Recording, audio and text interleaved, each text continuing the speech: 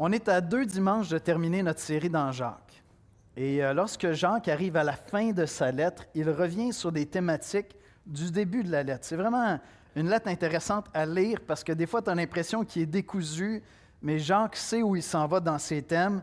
Et donc, il revient sur des thèmes fondamentaux du début de la lettre, veiller sur notre langue, par exemple, la prière, l'importance de la prière. Ça, on va en parler la semaine prochaine.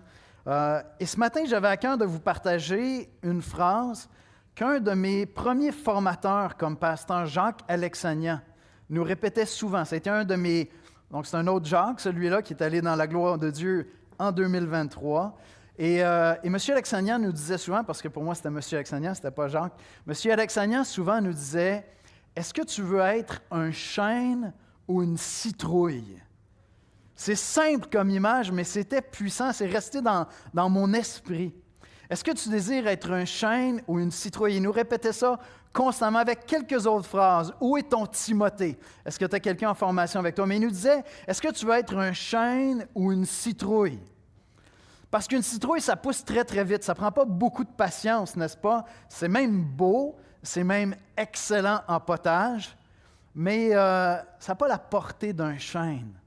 Un chêne, ça prend des décennies vraiment à prendre toute sa majesté, mais avec des chênes, on fait des meubles extraordinaires. On peut construire des navires avec des chênes. On va construire des choses qui vont durer dans le temps, pour des siècles même, des meubles fabriqués en chêne. Et j'aimais cette question-là parce qu'il nous mettait en garde d'être dans une poursuite d'objectifs très, très court terme. Et il disait, non, vous vous inscrivez dans un marathon. Si tu désires être pasteur, si tu désires être un homme de Dieu, si tu désires être une femme de Dieu, tu t'inscris dans une course à long terme. Et gardez cette question-là en tête parce que je vais y revenir et je pense que dans le fond, c'est ça que Jacques est en train de dire. Dans sa lettre, je crois que Jacques est en train de nous dire, soyez des chênes, ne soyez pas des citrouilles. Et on ne veut rien enlever à la citrouille, mais vous comprenez, une citrouille, c'est cute. Un chêne à maturité, c'est majestueux. C'est absolument majestueux. On va aller dans la prière ensemble, on va écouter la lecture des Écritures, puis on va plonger dans ce très, très beau passage de la lettre de Jacques. Seigneur Jésus, on vient devant toi ce matin avec cette pensée de la persévérance, de la patience, de l'endurance dans cette course long terme qui est notre vie chrétienne ici-bas, qui implique souvent beaucoup de souffrances, de difficultés, d'épreuves. C'est Jacques revient contre Dieu, avait vu son frère, son Seigneur, son Dieu souffrir, avait vu un grand nombre de chrétiens souffrir, avait vu un grand nombre de personnes professer la foi, puis abandonner dans la course parce qu'ils n'avaient pas cette persévérance, cette endurance, cette patience à travers l'épreuve. Seigneur, nous sommes assemblés devant toi ce matin pour te demander de venir déposer en nous une persévérance, Seigneur. Viens faire de cette assemblée des hommes et des femmes forts en toi, Seigneur. Que nous ayons 15 ans, 10 ans ou 70 ans, fais de nous, Seigneur, des chênes pour ta gloire. C'est en Jésus-Christ qu'on te prie. Amen. Bonjour. Donc, l'avant-dernier passage est dans Jacques 5, versets 7 à 12, que je vous lis dans la nouvelle édition 5, 7 à 12. Soyez donc patients, frères, jusqu'à l'avènement du Seigneur. Voici, le laboureur attend le précieux fruit de la terre, prenant patience à son égard, jusqu'à ce qu'il ait reçu les pluies de la première et de l'arrière-saison. Vous aussi, soyez patients, affermissez vos cœurs, car l'avènement du Seigneur est proche. Ne vous plaignez pas les uns des autres, frères, afin que vous ne soyez pas jugés. Voici, le juge est à la porte. Prenez, mes frères, pour modèle de souffrance et de patience, les prophètes qui ont parlé au nom du Seigneur, car le Seigneur est plein de miséricorde et de compassion.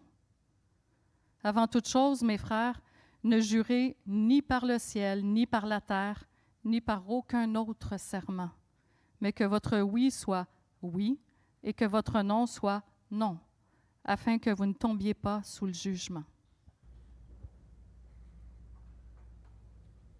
Merci, Esther.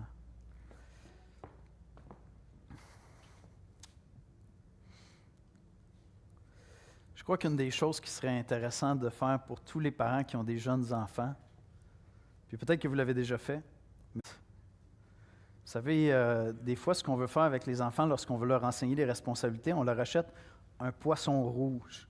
Mais c'est comme une condamnation à mort, donner un poisson rouge à un enfant. Ils sont tous morts, nos poissons, on s'entend? Fait que je me dis, une plante, c'est peut-être un petit peu moins cruel. Mais c'est aussi parce qu'une plante enseigne les saisons. Une plante enseigne la patience.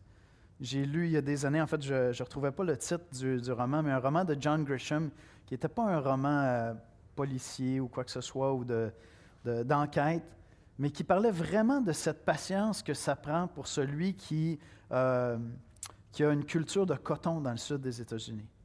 Et je n'étais jamais entré en contact avec cette réalité-là. À quel point, honnêtement, j'ai terminé le roman avec un respect profond pour les gens qui travaillent la terre. Il y a tellement de travail à investir, ça demande tellement de patience, ça demande de comprendre les saisons, de vivre avec ce rythme-là, et toujours dans l'expectative que tout est pour le mieux. Et donc, je pense que ça serait une bonne idée d'acheter à tous les jeunes enfants une plante et de lui confier une plante. La beauté, c'est que si elle meurt, tu peux en acheter un autre. Mais en même temps, c'est assez dur à tuer une plante. Je sais qu'il y en a qui sont doués là-dedans. C'est comme un don spirituel que vous avez reçu. Vous savez comment tuer des plantes. Vous approchez, puis elles meurent, hein, c'est ça? Bien, Jésus pouvait le faire avec un figuier. Peut-être que c'est un don spirituel. Mais on pourrait enseigner à nos enfants la patience. L'image qui me venait à l'esprit quand j'étais en train de penser à tout ça, je me disais, ce qu'on aime faire, en fait, c'est faire du popcorn avec les enfants. Parce que tu mets du popcorn dans le four micro-ondes ou encore mieux dans une casserole, puis ça va très, très, très, très vite. Tu as des résultats très rapides. Mais à part les faire crier puis faire un bon accompagnement pour un film, on ne leur a rien enseigné. Avec une plante, on leur enseigne beaucoup de choses. On leur enseigne beaucoup de choses. Et je me suis toujours assuré d'avoir quelques plantes qui essaient de me survivre autour de moi. Là, j'ai des orchidées qui commencent à fleurir. C'est de toute beauté. Voyez-vous, ce qu'on va voir ensemble ce matin, c'est que la maturité donne la perspective de la patience. Mon premier point, j'aime cette expression-là. Affermissez vos cœurs. On veut avoir des cœurs forts, des cœurs puissants, des cœurs résilients, des cœurs qui sont capables de travailler, des cœurs qui ont été affermis. Puis Jacques dit, affermissez vos cœurs. Au verset 8, soyez patients car l'avènement du Seigneur est proche. Puis Jacques dit, donc, frères, et il y a un lien avec ce qu'on vient de voir la semaine dernière. La semaine dernière, on a parlé des riches qui ne comprennent pas à quoi servent leurs richesses, qui pensent que leurs richesses servent simplement à se prémunir contre l'avenir, à profiter de la vie ici-bas, mais on a vu au contraire. Le riche, selon Dieu, c'est celui qui exerce la justice à sa famille, oui, qui profite de la vie, mais qui comprend qu'il est riche pour ceux qui ne le sont pas. Et donc, qui veut aider les gens autour de lui, qui prend ses privilèges et qui comprend que ce sont des dons de Dieu qui lui sont confiés comme un bon intendant, pour les faire profiter non seulement pour lui-même. Le contexte, par conséquent, c'est de la souffrance qui est infligée à des chrétiens par des chrétiens. Il parle aux riches, puis il leur dit, comprenez que c'est le temps de... Puis il dit à d'autres, soyez donc patients, frères. Certains d'entre vous, vous vivez des situations injustes, souffrantes, difficiles, pas à cause des non-chrétiens, à cause de chrétiens. Dans votre maison, dans votre église, dans votre travail, ou de vieilles offenses qui perdurent, qui sont là dans votre cœur, qui quittent l'Église alors qu'ils croient profondément en Jésus-Christ. Avec des gens oublient ça. Les chrétiens sont trop poches. Jacques semblait comprendre cette réalité-là. Soyez donc patients, frères, au verset 7, jusqu'à l'avènement du Seigneur. Voici le laboureur attend le précieux fruit de la terre, prenant patience à son égard, jusqu'à ce qu'il ait reçu les pluies de la première et de l'arrière-saison. J'aime ça comment Pierre le forme. Conscience envers Dieu quand on souffre injustement. Puis Pierre va développer en disant, souffrir quand c'est juste, tu sais, Tu n'as pas été brillant, tu as fait des stupidités, il y a des conséquences, il n'y a aucune gloire à souffrir de ça. Mais souffrir quand c'est injuste, par motif de conscience, parce que tu dis, moi, je vis pour... Donc Jacques revient ici à la fin de sa lettre, comme je le disais tout à l'heure, à des thèmes du début de sa lettre. Je vous rappelle juste dans Jacques 1, les versets 2 à 4, « Mes frères, regardez comme un sujet de joie complète les diverses épreuves auxquelles vous pouvez être exposés, sachant que l'épreuve de votre foi produit la patience. » On revient au même thème du début, « et accomplit sans faillir en rien. » Jacques nous dit qu'une des vertus les plus importantes pour un chrétien mature, c'est la patience et l'endurance. Deux des vertus les plus importantes. La patience et l'endurance. Soyez donc patients. Patience. C'est tellement bien tourné. Mais Jacques dit, le Seigneur est proche. Prenez votre mal en patience. Embrassez. Qu'il faut accueillir. Parce que tu ne produiras rien de bon si tu essaies simplement de la fuir. Donc, c'est légitime de fuir la souffrance. Et dans bien des cas, c'est la chose à faire. Tu t'en vas dans un accident de voiture, fuis la souffrance, sois sage. La sagesse t'aide à éviter plein de souffrances dans la vie. Mais il y a des souffrances, Jacques nous dit qu'il faut embrasser avec patience. Il faut les accueillir, il faut les accepter, ces souffrances-là. Puis Jacques parle d'endurance aussi. Regardez le verset 11. « Voici, nous disons, bienheureux ceux qui ont souffert patiemment. » Ce n'est pas le même mot grec que j'ai ici que patience, même si en français, dans cette traduction-là, c'est rendu par patiemment. J'aime la Sommeur. La Sommeur dit « Oui, nous disons bienheureux ceux qui ont tenu bon. » Et l'idée ici, c'est l'endurance, qui est différente de la patience. Puis c'est vrai, on voit des gens qui passent à travers des épreuves et il y a de la souffrance qui est impliquée, puis on les voit garder un bel esprit, une belle attitude. Ils sont bénis de Dieu. Ils ont une grâce particulière. Hein? On va les regarder et on va dire ils sont inspirants. Vous connaissez des chrétiens qui toute leur vie ont souffert. Je connais des chrétiens avec la souffrance. Et lorsque ces gens-là ont un sourire sur le visage, c'est quoi le sentiment qu'on a? Ils ont une grâce. Ils ont une grâce de Dieu.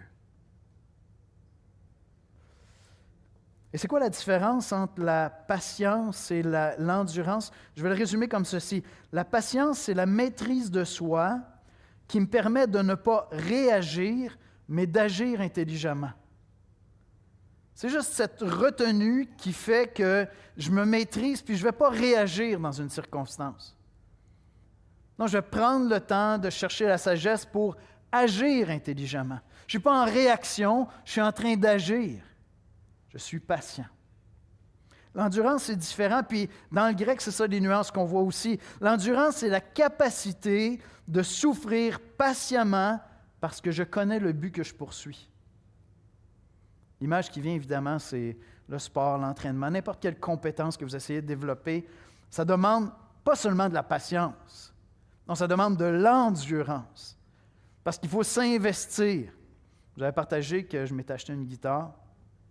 Je fais une confession ce matin. Ça fait au moins 2 mois que je n'ai pas passé 15 minutes sur ma guitare.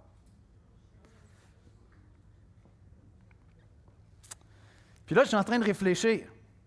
Parce que je dis, j'ai quand même mis quelques centaines de dollars sur ce gugus-là. J'aime vraiment l'idée de ce que la musique apporte dans ma vie, surtout si c'est moi qui l'ai fait. Donc, j'ai plein de bonnes raisons. Mais est-ce que je vais avoir l'endurance? Si vous me mettez une guitare dans les mains puis vous me dites, est-ce que tu es prêt à pratiquer pendant 1 heure? Ah, je suis patient. Moi, là, les échecs, c'est quelque chose qui ne me décourage pas. Ça me stimule à me relever. Mais est-ce que j'ai l'endurance, par contre? On verra ça. On verra ça. La patience, c'est la maîtrise de soi qui me permet de ne pas réagir, mais d'agir intelligemment. L'endurance, c'est la capacité de souffrir patiemment parce que je connais le but que je poursuis. Et Jacques nous parle de la patience et de l'endurance de Job.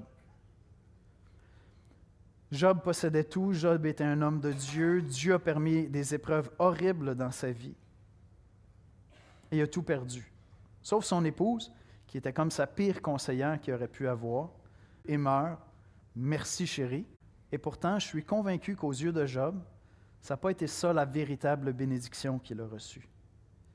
À la fin du livre de Job, dans Job 42, verset 5, on lit « Mon oreille avait entendu parler de toi, mais maintenant, mon œil t'a vu. » Parce qu'à la fin de son épreuve, Dieu s'est révélé à lui en lui disant « Me connais-tu vraiment, Job, pour questionner, remettre en question la justice et l'amour de ce que j'ai permis dans ta vie. » Et Dieu lui expliquera jamais le comment, le pourquoi exactement, mais à travers cette épreuve-là et cette révélation-là de Dieu, Job connaît Dieu comme il ne l'avait jamais connu, lui qui était un homme de Dieu. Mon premier pasteur, lorsque je lui ai dit que je voulais être pasteur, une des paroles probablement la plus importante qu'il m'a dite, que je vais me rappeler toute ma vie, il m'a dit « Yannick, si Dieu t'appelle au ministère, tu vas souffrir beaucoup. » Parce que c'est comme ça que Dieu forme ses serviteurs. Il avait raison. Puis c'est bon. C'est très bon. Parce que je ne compte pas les choses que Dieu a changées en moi, qui n'auraient pas été changées si ça n'avait été par la souffrance, qui forme l'endurance. C'est très bon. Même si, je veux dire, vous me demandez, Yannick, t'es maso, t'aimerais ça, t'embrasserais toutes ces souffrances-là volontairement. Jamais de la vie. S'il est possible que cette coupe s'éloigne de moi, j'en veux pas de la souffrance. Je déteste souffrir. Comme toi. Mais en rétrospective, c'est très bon. C'est très, très, très, très bon. Voyez-vous, dans Jean 17,3, on lit « Or la vie éternelle, c'est qu'ils te connaissent, toi le seul vrai Dieu, et celui que tu as envoyé, Jésus-Christ, ton Fils. » Job a connu Dieu à travers les épreuves. Dieu s'est révélé à lui. Et ce que nous poursuivons de plus précieux dans cette vie, c'est de connaître Dieu. Parce que c'est là que se trouve le véritable bonheur, la véritable paix. Et il y a une connaissance de Dieu qui ne se trouve pas ailleurs que dans la patience et l'endurance. Jacques dit, gardez les yeux fixés sur l'objectif, sur le but. Verset 7, soyez donc patients, frères, jusqu'à l'avènement du Seigneur. Une des doctrines, une des vérités les plus importantes pour les chrétiens, c'est le fait que Jésus-Christ revient.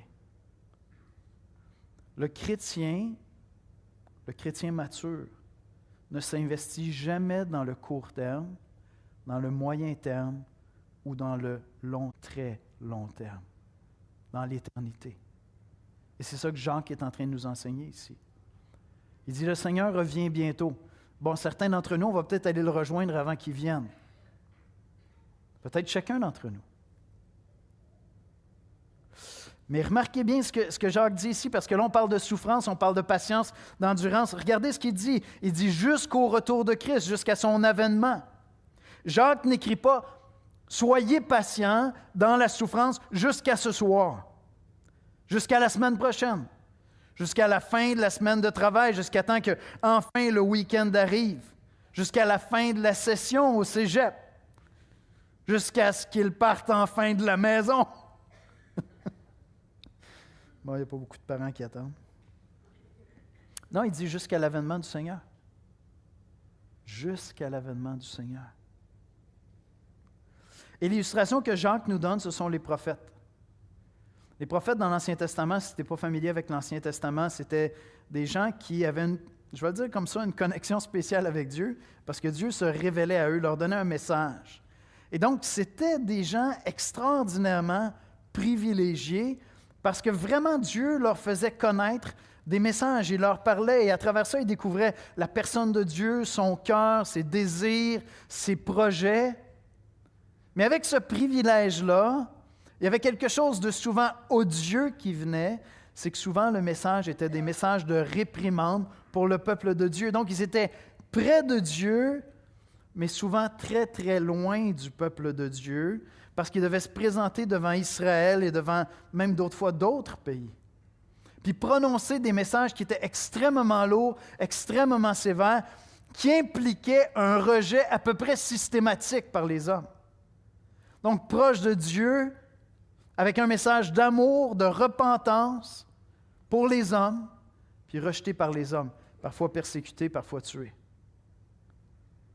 Jacques dit, soyez comme les prophètes. Soyez comme les prophètes. Soyez patients comme Job. Soyez patients, comprenez les saisons de la vie comme un cultivateur qui sait qu'il y a des saisons, que ça prend du temps. Je ne peux pas devancer les choses. Les choses vont se faire lorsqu'elles vont se produire. Elles vont arriver quand... Je ne peux pas devancer. Je peux par contre être patient à travers ça. Être endurant. Écoutez, c'est contre-intuitif pour notre époque contemporaine, occidentale. En même temps, il y a 4-5 ans, on dirait que tout ce qu'on aspirait, c'est au résultat immédiat. En Occident, c'était vite, vite, vite, vite, vite. Puis, les questions sur les changements climatiques sont venues. Puis, la COVID est venue. Puis, l'inflation est venue. Puis, les guerres sont venues. Et puis là, on dirait qu'on commence à comprendre que c'est difficile. Ça prend du temps d'opérer des changements profonds. On dirait qu'il va falloir prendre notre mal en patience. Quoi que ce soit que tu sois appelé à construire, tu veux t'acheter une maison, et mon ami, prends ton mal en patience. Et donc, on ne souhaite pas ces saisons-là. On n'aimerait pas vivre dans cette période-là. On aimerait être dans une plus grande prospérité. Mais en même temps, j'ai le profond sentiment que c'est bon. C'est bon pour faire pousser des chênes, pas des citrouilles. C'est bon pour les chrétiens d'être là, parce que les chrétiens matures n'investissent pas dans le court terme. Ils n'investissent pas dans le moyen terme. Ils n'investissent pas dans le long terme. Ils investissent dans le très, très long terme, dans l'éternité. Dans l'éternité. Évidemment, c'est troublant que Jacques nous dise son retour est proche, son retour est imminent. Au verset 8, l'avènement du Seigneur est proche. Yeah, sure, ça fait 2000 ans. C'est comme proche. Tu as le temps flexible? Pas du tout. Dieu n'a aucune flexibilité avec le temps. Hein? Il est le temps. Dieu pense, Dieu décide, Dieu décrète. Tous ces décrets s'accomplissent parfaitement. On ne réglera pas la question de votre liberté de prendre des décisions là-dedans. Je ne m'en vais pas là ce matin. Mais les Écritures sont super claires. Ce que Dieu veut s'accomplit, ce que Dieu dit se fait. Tous les décrets de Dieu s'accomplissent en leur temps parfaitement. Dieu n'a jamais été en retard à aucun rendez-vous. Et nous sommes appelés comme chrétiens à vivre tous les jours comme ça.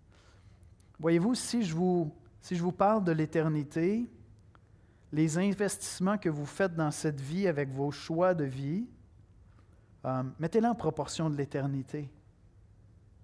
C'est presque non mesurable.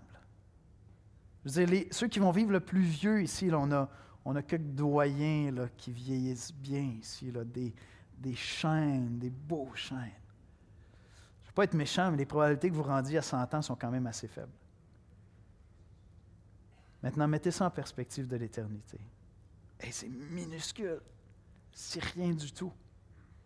Effectivement, le Seigneur revient très bientôt. 2000 ans. 2000 ans. Pierre nous dit, non, vous ne comprenez pas. C'est que Dieu aussi est patient. Dieu est patient et il veut qu'aucun ne se perde. Que tout le monde entende le message de l'Évangile.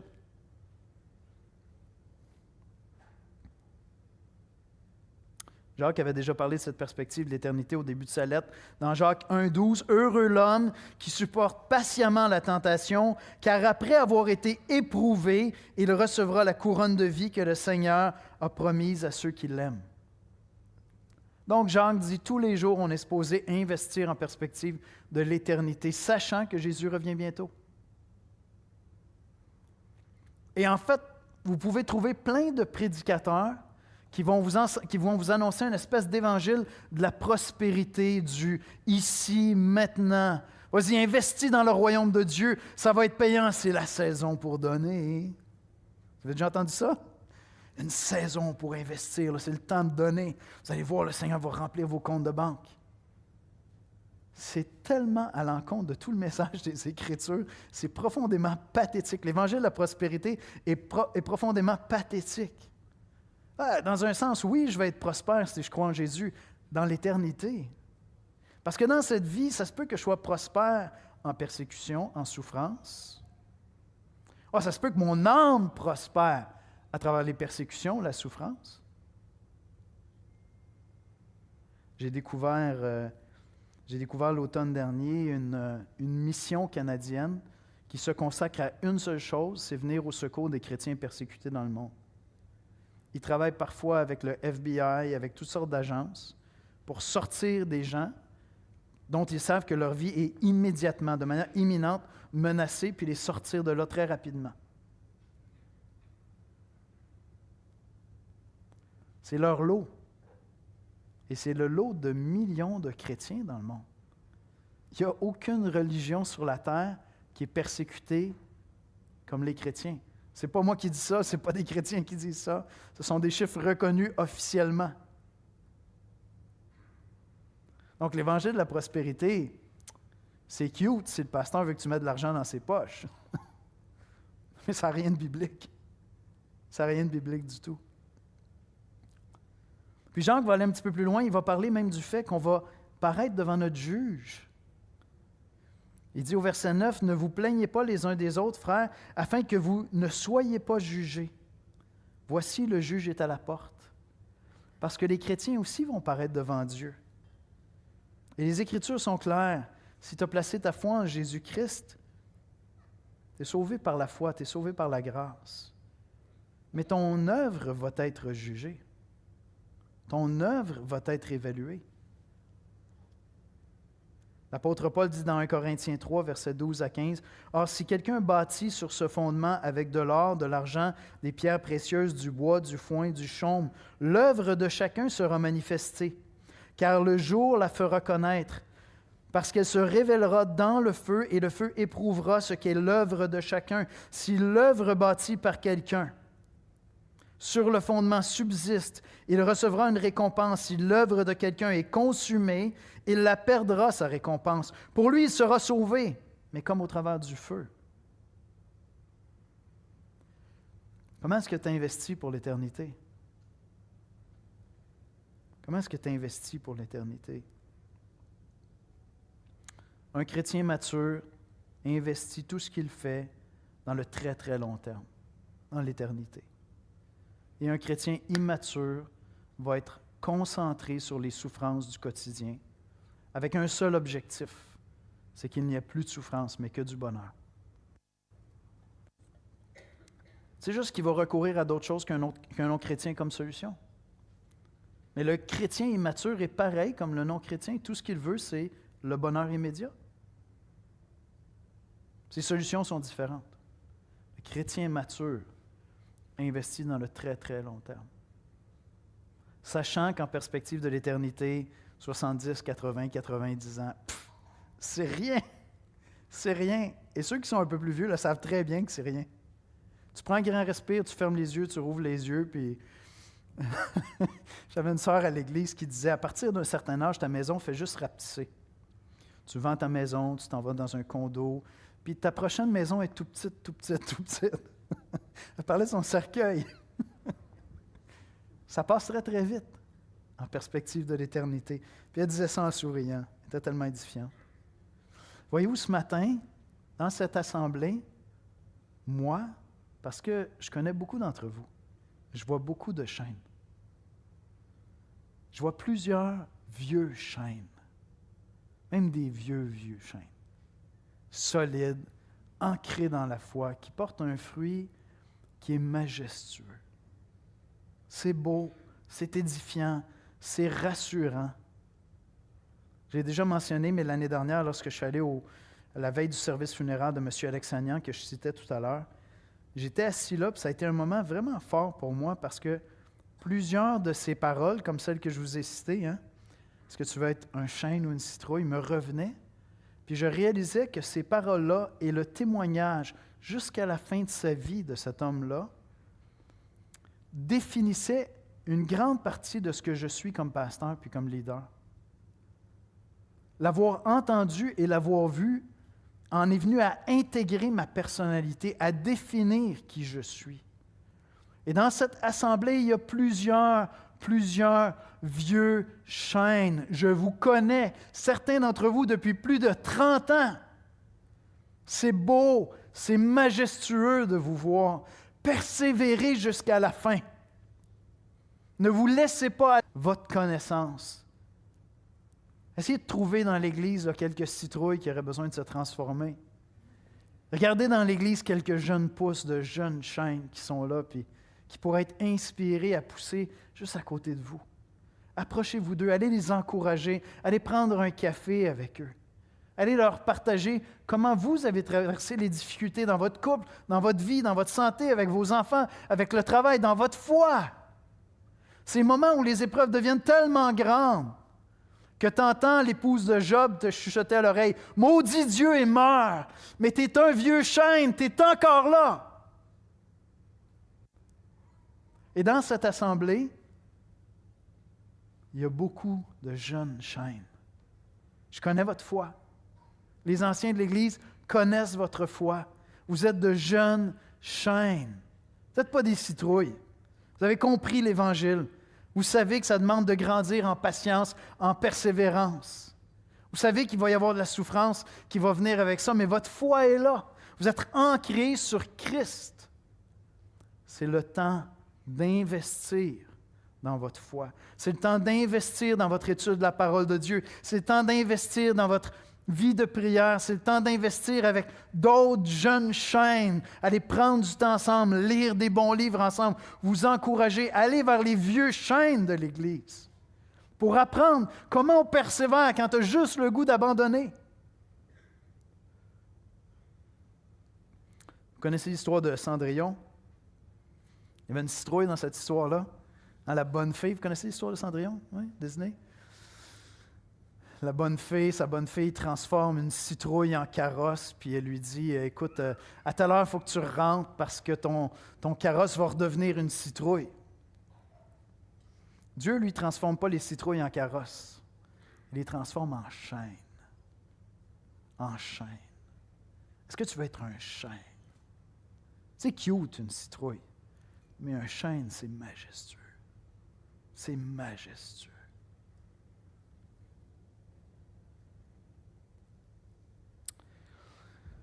Et l'un des tests de la patience, et c'est mon dernier point ce matin, l'un des tests de la patience, c'est la langue. Cette fois-ci, il est quand même assez explicite. Ne vous plaignez pas les uns des autres, frères, afin que vous ne soyez pas jugés. Voici, le juge est à la porte. Voyez-vous, apprendre à être patient implique que je me concentre sur l'œuvre que Dieu est en train de faire en moi, plutôt que celle que je voudrais qu'il fasse en toi. Parce que si je mets tous mes efforts à être patient à travers mon épreuve, mais que je le fais, comme on dit au Québec, en chialant, en me plaignant des gens autour de moi, de ceux qui me font souffrir, Jacques est en train de dire, ton œuvre va être jugée comme invalide. Imaginez un instant le cultivateur qui dit, non, mais j'ai compris comment ça fonctionne, cette affaire-là. Tu laboures, tu sèmes, tu patientes, mais qui passe toute la saison à se plaindre de la lenteur des semences à sortir.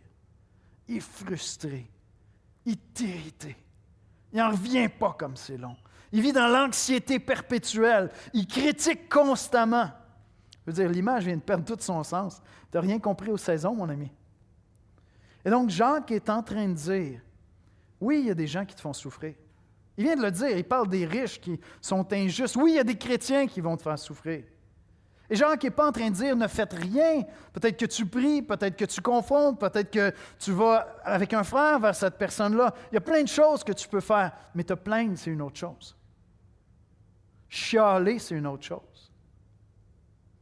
Parce qu'en faisant ça, tu es en train de crier à ton âme et à Dieu et à ceux qui t'entendent que tu ne comprends rien à la patience et à l'endurance. Tu le sais lorsque tu regardes quelqu'un qui s'entraîne dans un sport d'endurance. Puis il a compris que la souffrance vient avec. Il réinterprète toutes ses expériences en disant « Je connais le but, je connais l'objectif, je sais où est-ce que je m'en vais. » Et tu le sais lorsque tu vois quelqu'un qui n'a pas appris ça, et dès qu'il y a de la souffrance, « Mes amis, c'est insupportable. Va t'entraîner ailleurs, s'il te plaît. » Parce qu'il n'a pas compris que c'est ça l'idée.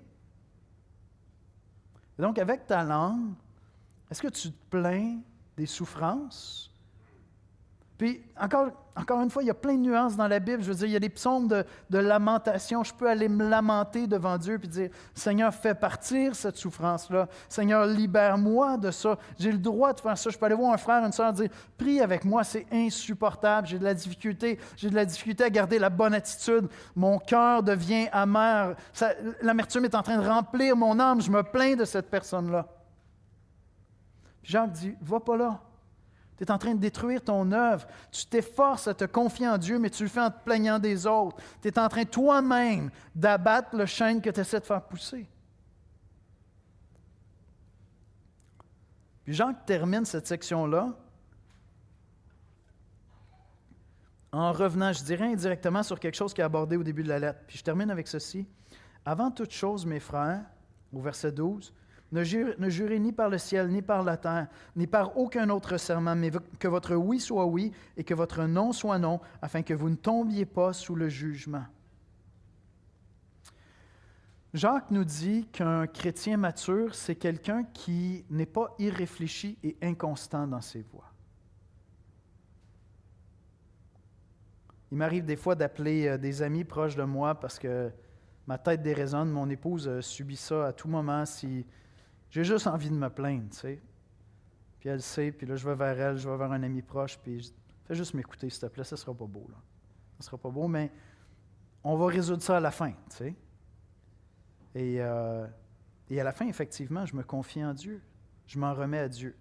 Je termine cette conversation-là en disant, je veux faire confiance à Dieu. Mais Jacques dit maintenant, sois conséquent, aie confiance à Dieu, recommence pas demain matin. Que ton oui soit oui, que ton non soit non. Et si tu t'engages à marcher dans la foi, et si tu t'engages à investir dans ta foi, et si tu t'engages à aimer les frères, et si tu t'engages à être patient avec les gens autour de toi, que ton oui soit oui, que ta parole vaille quelque chose. Au tout début de sa lettre, dans Jacques 1, versets 5 à 7, on lit « Si quelqu'un d'entre vous manque de sagesse, qu'il la demande à Dieu, qui donne à tous simplement et sans reproche, et elle lui sera donnée, mais qu'il la demande avec foi et sans douter, car celui qui doute est semblable au flot de la mer, agité par le vent et poussé d'un côté et l'autre, qu'un tel homme... » Je commence mon année, puis je dis « Seigneur, je vais prendre du temps avec toi dans la parole cette année. » Et la grâce de Dieu est disponible tous les jours parce que je manque à ma parole. Mais une fois que je réalise que j'ai manqué à ma parole, je me repens et je persévère, je poursuis. Mais une plante. Et tout le monde ici devrait se poser la question, est-ce que tu veux être un chêne ou une citrouille? Est-ce que tu es un chêne ou une citrouille? Est-ce que tu attends de la vie chrétienne? Est-ce que tu attends de la vie, peut-être que tu n'es pas chrétien, tu attends de la vie des soulagements immédiats et à court terme? Tu es chrétien, tu attends de la vie chrétienne un boosté pour la semaine, à vous faire un pep talk, puis let's go, tout le monde, on est hype cette semaine. C'est pas ça que je vise, c'est l'éternité que je vise, les amis. C'est pas ça que Jacques vise l'éternité. Un chrétien mature n'investit pas dans le court, le moyen, le long terme, mais dans le très, très long terme. J'aimerais ça que vous preniez le temps, cette semaine, une feuille, un papier, quelque chose qui venait d'un chêne peut-être. Et prenez le temps d'écrire dessus, est-ce que tu veux être une citrouille ou un chêne? Si tu veux être un chêne, engage-toi devant Dieu à apprendre la patience et l'endurance. Et comprends que la patience va te demander d'arrêter de réagir constamment.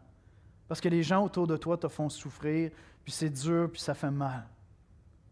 Non, la patience va te commander d'avoir la maîtrise de soi pour prendre le temps d'aller chercher la face de Dieu, d'aller dans la prière, d'aller prendre une marche, un grand respire, puis dire comment est-ce que je dois agir ici, plutôt que réagir. Puis développer l'endurance, qui veut dire que j'embrasse la valeur de certaines souffrances, parce que je connais l'objectif. L'objectif est clair devant moi. Je veux me présenter devant Christ, sans avoir à rougir. Donc, je suis parfait. Aucun ici va être sauvé par ses œuvres. On n'est sauvé que par la grâce en Jésus-Christ. Amen? On n'est sauvé que par la grâce en Jésus-Christ. Mais je ne veux pas avoir à rougir de l'œuvre que j'ai bâtie sur ce fondement merveilleux qui est Jésus-Christ. Je vais inviter les musiciens à venir me rejoindre. Est-ce que tu as commencé cette année comme une citrouille? Ce que tu attends, c'est le bonheur immédiat. Il faut que ça se passe vite. Il faut que ça aille vite. Tu as besoin de résultats maintenant. Et parce que tu attends des résultats maintenant, la mesure de ta journée est toujours liée à la souffrance de ta journée. La mesure de ta semaine est toujours liée à la souffrance de ta semaine. Une semaine sans souffrance, c'est une bonne semaine. Tu es une citrouille. Tu n'es pas un chêne. Pas un chêne. Est-ce que tu veux être un chêne avec moi? Par la grâce de Dieu.